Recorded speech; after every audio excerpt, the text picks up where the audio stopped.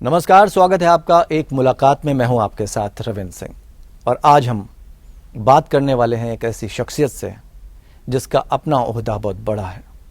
हालांकि कुछ ऐसे भी लोग होते हैं जो पर्दे के पीछे रहकर देश के लिए इस तरह के काम करते हैं जिसे हमारे लिए समझना मुश्किल होता है, लेकिन जब हम उनसे बात करते हैं तो हमें समझ में आता है कि आखिर वो हैं क्या, उनकी शख्सियत क्या है और उनके काम क्या है। और ऐसी एक शख्सियत हैं आज हमारे साथ, जिनका नाम है राजीव यदुवंशी, जो कि एक IAS ऑफिसर हैं। बहुत बहुत स्वागत करते हैं साहब। सबसे पहला सवाल तो हम यही आपसे करना चाहें, क्योंकि जब दर्शक समझते हैं तो देश की एकता को समझना हमारे लिए बहुत ज़रूरी हो जाता है। देश की एकता के लिए सबसे जो मेन बिंदु होता है, किन चीज़ों पर आधारित रहती है आपके अकॉर्डिंग? देश की एकता देश के संविधान और देश के शीर्ष नेता उन पर निर्भर रहती है। और भारतीय प्रशासनिक सेवा हम शीर्ष नेतृत्व के आदेशों का पालन करते हुए हम उनको हर वक्त सहयोग देते हैं। इसके अलावा भारतीय संविधान में कुछ चिन्ह दिए गए हैं, जैसे नेशनल सिंबल्स हैं हमारे, जैसे हमारा राष्ट्रीय ध्वज है, हमारी करेंसी है, हमारा नेशनल एम्बलम है, ऐसे हमारा जो क्या कहते हैं राष्ट्रीय जो एनिमल है, राष्ट्रीय बर्ड है पीकॉक। ये अलग अलग चिन्ह हैं जिनके द्वारा हम देश के एकता को समझ सकते हैं और उन्हें हमें हमेशा उसका रिस्पेक्ट करना चाहिए। तो एक रिस्पेक्ट के माहौल से हम चलें तो हम इस राष्ट्र को एक बना सके थे। और हमारी विभिन्न विविधताओं और इतने डाइवर्सिटी होने के बावजूद भी हमारे में एक सूत्र है एकता का, जो कि इस देश में मैंने 33 साल की सर्विस में से 22 साल दिल्ली से बाहर काम किया। मैं दिल्ली के में ज़्यादा रहा नहीं, और मैंने हिमालय में काम किया, अरुणाचल प्रदेश में, द्वीप समूह अंडमान निकोबार आइलैंड में काम किया, ईस्ट कोस्ट में पौंडीचेरी में काम किया, वेस्ट कोस्ट में गोवा में काम किया, दिल्ली में भी काम किया।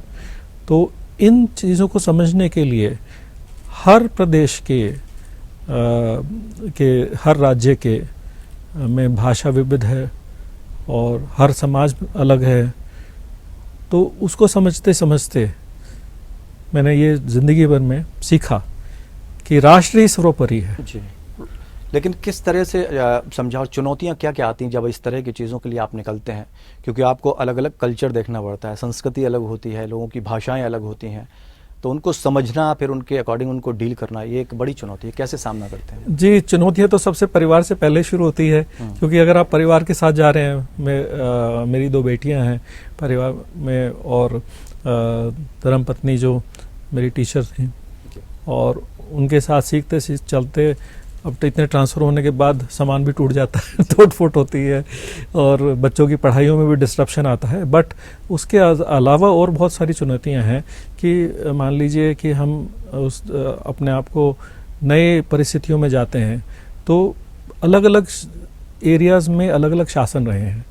भारत में हमारे कॉलोनियल जो मास्टर्स रहे हैं, आपको जानकारी होगी कि 5 हमारे कॉलोनियल मास्टर्स थे। ब्रिटिशर्स थे जो लार्जर एम्पायर पे थे, और गोवा में पोर्चुगीज़ थे, पौंडीचेरी में फ्रेंच थे, और अंडमान में जापानीज़ थे, और डच भी रहे हैं।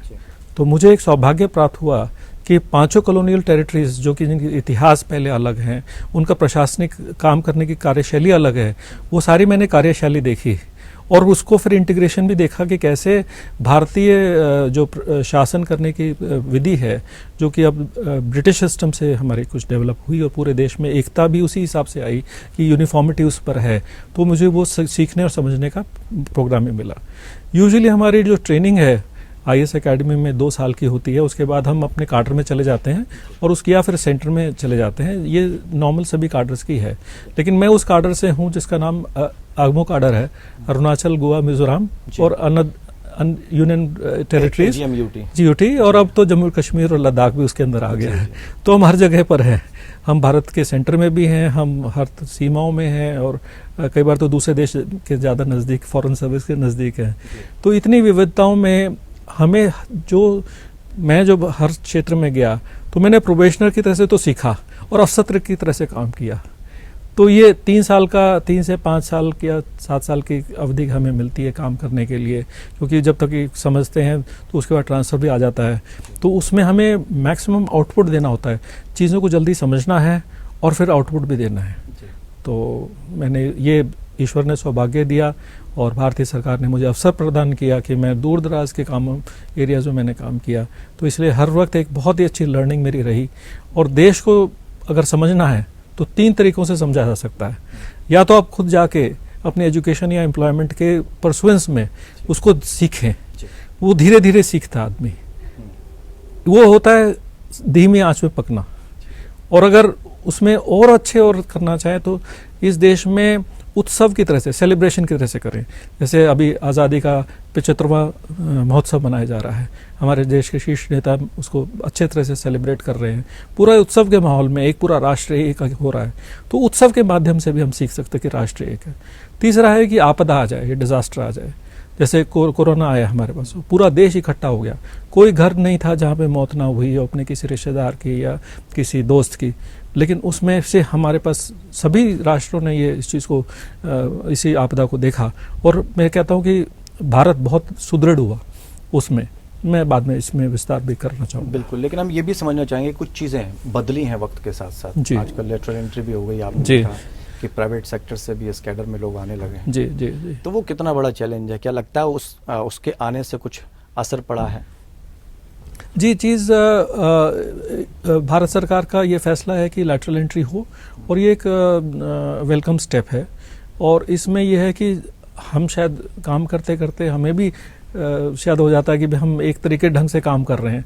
जो लैटरल पर्सन से जो एंट्री आए हैं अपने अपने स्पेशलाइज्ड एरिया से, हम बेसिकली जनरलिस्ट हैं, वो अपने स्पेशलिस्ट एरिया का अनुभव लेकर आते हैं और वो सेक्रेटेरिएट्स में काम करते हैं या किसी बड़ी ऑर्गेनाइजेशंस को जो एक फील्ड पे काम करती है नेशनल या इंटरनेशनल लेवल पे, उसको हेड करते हैं।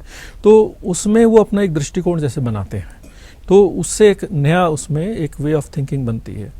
हाँ, ये तो है कि लैटरल एंट्री में जो आए हैं उनको डिस्ट्रिक्ट एक्सपीरियंस नहीं मिलता, जो कि भारतीय प्रशासनिक सेना या इंडियन पुलिस सर्विस या इंडियन फॉरेस्ट सर्विस के ऑफिसर्स को मिलता है। तो उस हिसाब से वो थोड़ा सा अगर, लेकिन वो उनको वो परिवेश भी अपने जल्दी से सीखना पड़ेगा। मैं समझाऊं कि एक उनका प्रोबेशनल काम खुद ही करना पड़ेगा। एक ट्रेंड है, एक अनट्रेंड है, तो फिर किस तरह से उसका सामंजस्य बैठाना पड़ता होगा। जैसे मैं अरुणाचल प्रदेश गया तो वहाँ पर मैंने वहाँ की भाषा भी सीखी, काम भी सीखा, वहाँ की कार्यशैली भी देखी और काम भी किया। तो कई चीज़ें आपको काम पे करते करते सीखनी पड़ती हैं, तो उनको शायद डबल वर्क करना पड़ेगा। बिल्कुल, थोड़ा सा ये भी, चूँकि आप IAS ऑफिसर हैं और जो बच्चे इस सपने को संजो कर रखते हैं कि हमें एक अधिकारी बनना है एडमिनिस्ट्रेटिव, क्या विशेष चीज़ रहती है, क्या इंटरेस्टिंग चीज़ होती है आप जब ट्रेनिंग लेते हैं उस दौर में? मैं जब सर्विस में आया तो उससे पहले मैंने MBA किया था और पब्लिक एडमिनिस्ट्रेशन मेरा विषय रहा है, जो कि जिसके माध्यम से मैं इस सर्विस में आया। और मैंने इस विषय को अपने प्रैक्टिकल रूप में भी बहुत देखा, जबकि पब्लिक एडमिनिस्ट्रेशन का जो सब्जेक्ट है एक अमेरिकन कॉन्सेप्ट है, उसकी रिटर्न ज़्यादा मटेरियल मिलता नहीं है। लेकिन ये जो प्रशासनिक एडमिनिस्ट्रेटिव जो एक्सपीरियंस है, ये इसके कॉर्नर्स में एक वर्ड है, 3 शब्द हैं जिनको हम मर्यादा माने, तो उसको अगर हम उसका सहारा लेके चलें और उसको देखें, वो एक हमारा एक आईना भी है। जैसे आईना कह दें तो उसको बोलते हैं अनोनिमिटी, इम्पार्शियलिटी और न्यूट्रलिटी। अनोनिमिटी का मतलब है कि आप काम करें और श्रेय ना लें। एक तरह से कर्म योगा भी है कि आप कर्म करें और फल की इच्छा ना करें। आप कई बार ऐसा होता है कि आप काम कर रहे हैं और आपका जो आपके प्रेडिसेसर हैं उन्होंने काम किया और उसका फल आपको मिला। कई बार आपके कार्यकाल में आपने बहुत अच्छा काम किया, फल आपको नहीं हुआ, आपका ट्रांसफ़र हो गया, आपके जो सक्सेसर आए उनको उसमें बधाई के पात्र उनको मिला। तो ये कर्म योगा है, इसमें अनोनिमिटी रखना हमारा सब एक मूल धर्म है, एक मर्यादा भी है।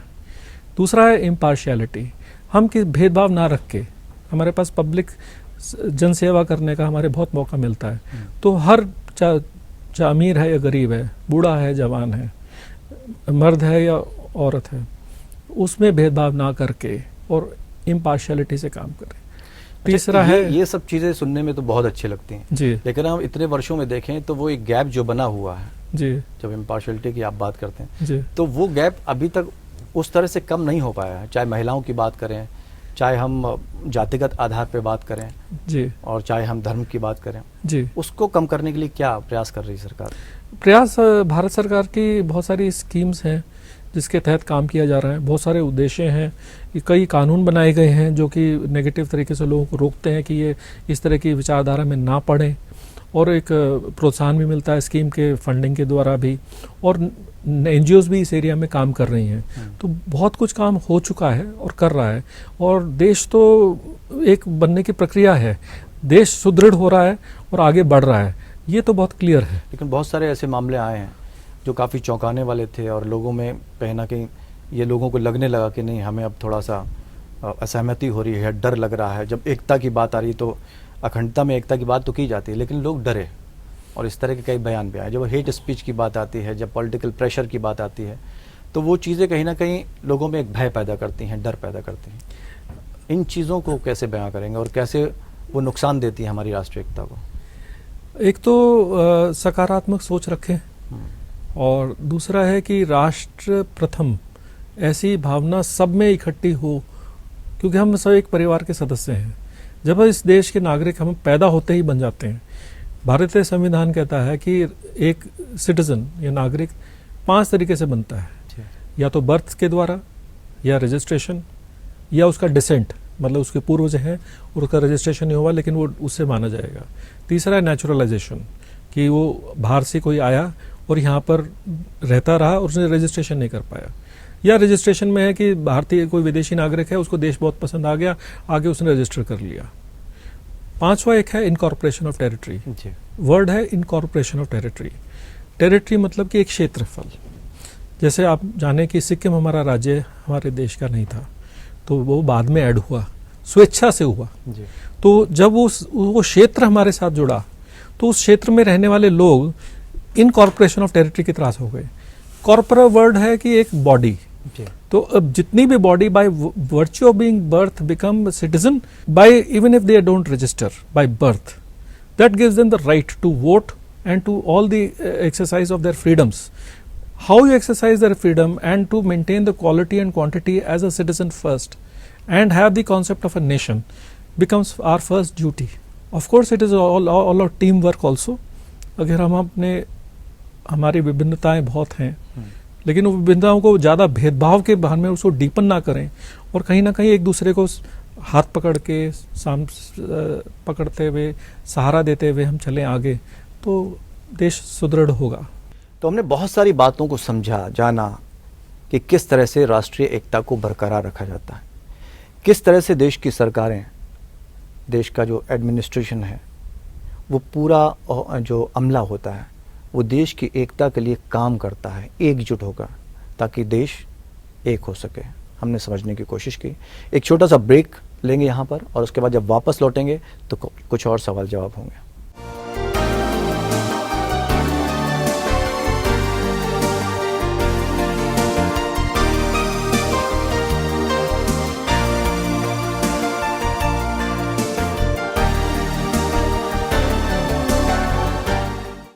अब हम बात करते हैं कि चुनौतियां क्या होती हैं आईएएस अधिकारी के सामने, क्योंकि आजकल सोशल मीडिया भी हावी होता है, पॉलिटिकल प्रेशर भी रहता है।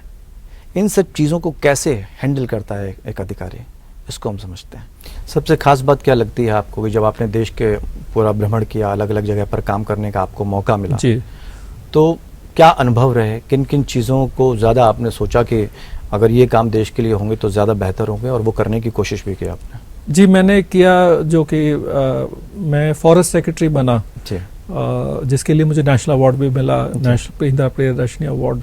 उसमें हमारी एक दूसरी 3 ऑल इंडिया सर्विसेज हैं आईएएस, आप जानते ही हैं, आईएएस, आईपीएस और इंडियन फॉरेस्ट सर्विस। तो इंडियन फॉरेस्ट सर्विस के ऊपर मुझे काम करने का उस टीम के साथ मुझे मौका, अवसर मिला। तो मुझे सबसे पहली बात, जिस दिन मैं टेक ओवर करने जा रहा था तो मेरी वाइफ ने पूछा कि आप ये काम कर रहे हैं तो पौधे ज़रूर लगवाइए, पेड़ ज़रूर लगवाइए। तो मैंने उनसे पूछा कि आपका काम क्या है? तो उन्होंने कहा जी हम इतना टिम्बर कटवा रहे हैं, ये कर रहे हैं। मैं कहा पेड़ लगाने का काम है, पेड़ लगवाइए, और आपके कार्य का जो सफलता है उसका मापदंड आपके एसीआर में होता है, वो सबकी परफॉर्मेंस से मैं उसमें लिंक करके कर दूंगा। तो हमने उनकी पूरी टीम बैठी, 1 साल की हमने पूरी तैयारी करी।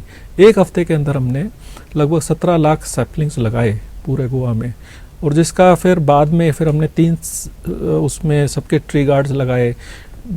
सबको बच्चों से लेके उनको ये कहा कि सबको सैपलिंग्स फ्री मिलेगा और अपना चॉइस का सैपलिंग्स मिलेगा, और उनको किस जगह लगाना है वो भी तय की गई है। कंप्यूटर का डाटा बनाया गया, फिर उसका ट्री गार्ड, उसका पानी का व्यवस्था, 3 साल तक कि वो जो उसके सर्वाइवल रेट बने। तो मैं तो ट्रांसफ़र होकर चला गया उसके बाद NRA से, national remote sensing agency Hyderabad ने उसको सैटेलाइट इमेज के द्वारा उसको मापदंड किया, जिसमें कि एक इंडिपेंडेंट वेरीफाइबल डॉक्यूमेंट है, not by the report submitted by the forest officers. तो मैं वहाँ चला गया, तो बाद में मुझे पता चला कि ऐसे ऐसे गोवा का कवर 3% बढ़ गया है, सैटेलाइट्स ने बोला। तो उस वजह से भारत सरकार ने उसको रिकग्नाइज किया।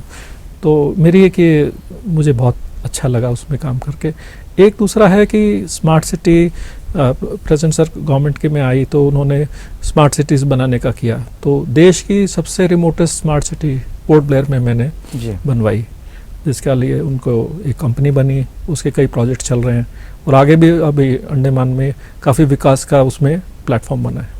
ये बहुत सोचा जाता है, क्योंकि जब भारत की बात की जाती है जी तो कहते हैं कि भारत गांव में बसता है।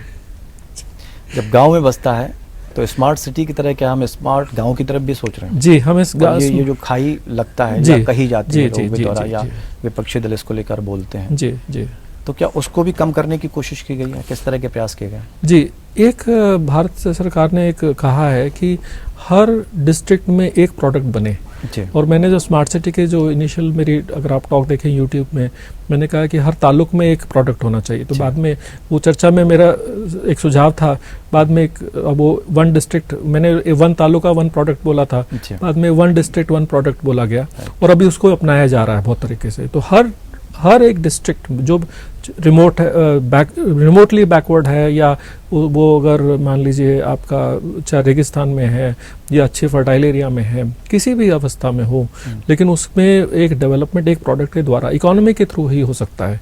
इकोनॉमिक डेवलपमेंट नहीं होगा, आदान प्रदान नहीं होगा। और एक अच्छी चीज़ ये है कि मोबाइल कनेक्टिविटी हमारे पूरे देश में अच्छी से फैल गई है, तो उससे हम हर व्यक्ति के पास आज एक मोबाइल फ़ोन है, जिसके थ्रू अपने जो प्रोडक्ट्स है वो बिक्री कर सकता है, एक अपने अच्छा मूल्य ले सकता है। तो हाँ, तो इसीलिए ये एक जो अभी डिजिटल, और अभी तो देखेंगे कि प्रधानमंत्री जी ने ये कहा कि हमारे डिजिटल ट्रांजैक्शन इतने बढ़ गए, जो पूरे विश्व के 40% हैं, और उस पर हमारी कितनी ट्रांजैक्शन हो रही है। तो आई थिंक ये प्रोड्यूसर और कंज्यूमर दोनों मिल रहे हैं, तो ये हमारे देश की मोबिलिटी के लिए बहुत ही बढ़िया चीज़ है। बिल्कुल, चूँकि हम नेशनल इंटीग्रेशन के बारे में भी बात करें, सोशल मीडिया, हर चीज़ का एक पॉजिटिव चीज़ इफेक्ट भी होता है और नेगेटिव भी होता है। तो सोशल मीडिया के कुछ अगर पॉजिटिव वो हैं एस्पेक्ट्स हैं, तो नेगेटिव भी हैं जी। तो जब इस तरह की भ्रामक स्थितियाँ, मान लीजिए सरकार कोई योजना लेकर आ रही है जी, और उसके खिलाफ कुछ भ्रामक प्रचार होना शुरू हो गया, तो उसको कैसे रोकते हैं और वो योजना सही तरीके से लोगों तक पहुँच सके जी, उसके लिए क्या प्रयास किया जाता है? क्योंकि जब तक व्यक्ति को ये नहीं लगेगा कि कोई योजना आई है और वो समानता लेकर आई है जी, तब तक एकता की तो हम बात नहीं कर सकते। ये तो वैसी बात है जैसे कि एक आदमी के हाथ में चाकू है, और उस चाकू से वो किसी की सर्जरी करके उसके अंदर कोई बुलेट, अगर बॉडी में से बुलेट निकाल के उसकी जान बचा सकता है, या उस चाकू से उसको कोई मार भी सकता है। तो इंटेंट बहुत ज़रूर इम्पॉर्टेंट है।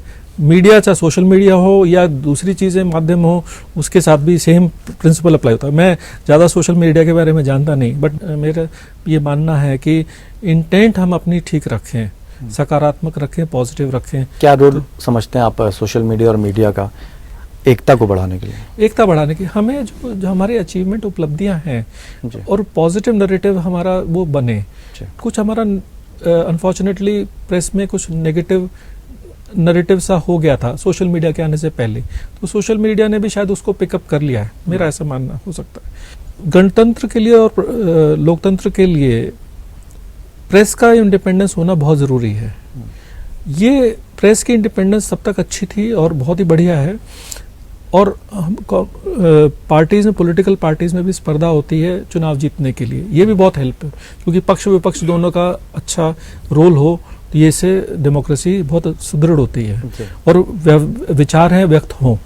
लेकिन कुछ मर्यादाएं उसमें पालन करना चाहिए, और मर्यादाएं कुछ अगर बना ली जाएं अपने लेवल पे, हर प्रोफेशन के कोड ऑफ एथिक्स भी होते हैं, डॉक्टर्स के होते हैं, एडवोकेट्स के होते हैं, आर्किटेक्ट्स के होते हैं, अगर कुछ अपने लेवल पे अपने कोड ऑफ एथिक्स बना लें तो और उस हिसाब से उस पर ना कॉम्प्रोमाइज ना करें तो। बिल्कुल, अपने दर्शकों को बताना चाहूँगा कि बचपन में एक कार्टून मूवी दिखाई जाती थी, चूँकि नेशनल इंटीग्रेशन की बात हो रही, राष्ट्रीय एकता की बात हो रही, हिंद देश के निवासी सभी जन एक हैं, रंग रूप वेश भाषा चाहे अनेक हैं। ये जो शब्दों की माला पिरोई जाती है बहुत अहमियत रखती है, और जब एक किसी मूवी के ज़रिए हम गोइंग थ्रू करते हैं, इसको दिखाते हैं, तो मुझे लगता है कि शायद आपने भी वो मूवी देखी होगी हमेशा टीवी पर। तो ये चीज़ें इसलिए मैंने आपसे पूछा कि कितना असर डालती हैं मानस पटल पर, क्योंकि एक बच्चा भी बड़ा होता है, उसको नहीं पता होता कि राष्ट्रीय एकता क्या है, इसका मतलब क्या, क्योंकि एक भारी भरकम चीज़ें हो जाती हैं। लेकिन इतना पढ़ा लिखा होने के बाद भी, एजुकेटेड होने के बाद भी लोगों में वो जागरूकता नहीं आ पाती है। कहीं ना कहीं मन में एक क्षेत्रवाद रहता है, एक भाषा को लेकर गैप रहता है। इस तरह की चीज़ें हम कैसे कम कर सकते हैं, और अभी भी वो चीज़ें चल रही हैं, उस पर हम पूरी तरह से सफलता प्राप्त नहीं कर पाए, वो गैप हम कैसे कम कर पाएंगे? जैसे आपने मूवी का उदाहरण लिया, उस समय में आई थिंक ये जो लिरिक्स बनती थी काफ़ी कविताओं से प्रेरित होती थी, और उस टाइम के कवि भी अलग थे और लेखक भी अलग थे। वो लेखन और हमारे जो लेखन अभी है, आपको लगता है, या उसका अभी उसमें थोड़ा सा अभाव हुआ है तो वो एक थोड़ी सी कमी रही है, और मेरे ख्याल से हमें अपने जो भाषा है उसको और सुदृढ़ करना चाहिए। मेरे ख्याल से हिंदी भाषा को अच्छा सुदृढ़ करना चाहिए, और हमारी अपनी जो क्षेत्रीय भाषा है उनको भी करना चाहिए। और मूलतः हमारी भाषा में मैंने जो पाया, तो और ये सभी लोग जानते हैं कि हर भाषा का मूल जो भारत में है संस्कृत में है। संस्कृत और संस्कृति दोनों जुड़ी हुई हैं। तो हमारे देश की जो संस्कृति है, और हमारी जो विलेजेस में आपने जैसे बात कही, वो हमारे गाँव से ही हमारे मूल्य निकले हुए हैं, और हमारा इतिहास जो सेटल्ड वे ऑफ लाइफ है वो 20,000 साल पुरानी है। 20,000 साल से शायद कम ही मैं बोल रहा हूँ, और वो हमारी सेटल्ड वे ऑफ थिंकिंग में रहा है। बेशक हमारी जो इस पृथ्वी पे हमारे मॉनसून हमारे यूनिकनेस हैं, हमारे हिमालय यूनिक हैं, सबसे यंग माउंटेन्स हैं। तो ये इसने हमारे को इस पृथ्वी पर एक बहुत अच्छी एक अवसर दिया है इस पर पैदा होने के लिए, और हमें गर्व होना चाहिए, और हम इस अवसर को, इस जीवन को ना खोएं।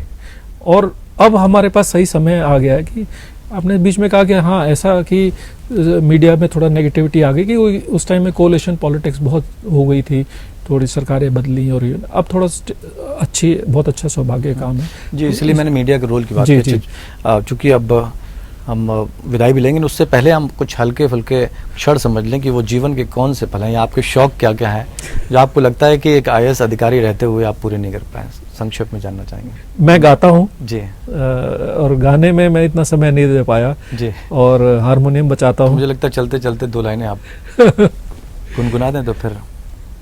अब कब समय हो गया, मेरे को अभी बुखार भी हो चुका है जी जी, फिर मैं प्रयास करता हूँ जी।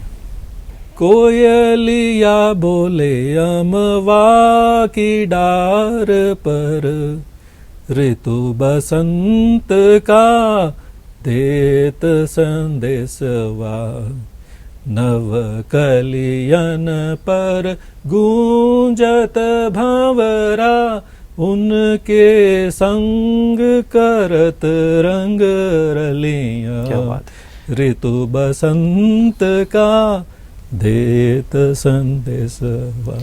बहुत बहुत शुक्रिया हमसे बात करने के लिए। और एक IAS अधिकारी के अंदर भी एक अच्छा गीतकार छुपा होता है मुझे लगता है, और ये चीज़ें होनी भी चाहिए, क्योंकि अगर हम गंभीर विषयों को उठाते हैं तो हम भी गंभीर हो जाते हैं उन विषयों को उठाते उठाते। जब हम एडमिनिस्ट्रेशन के लिए काम करते हैं, राष्ट्रीय एकता के लिए काम करते हैं, अलग अलग जगहों पर जाकर काम करते हैं, तो आपको हर चीज़ की समझ आपको हुई, देश को आपको देखने का मौका मिला बहुत करीब से। और उम्मीद करते हैं कि हमारे जो दर्शक देख रहे होंगे, सुन रहे होंगे, उनको ये समझ में आ गया होगा कि जो एकता है वो कितना महत्व रखती है।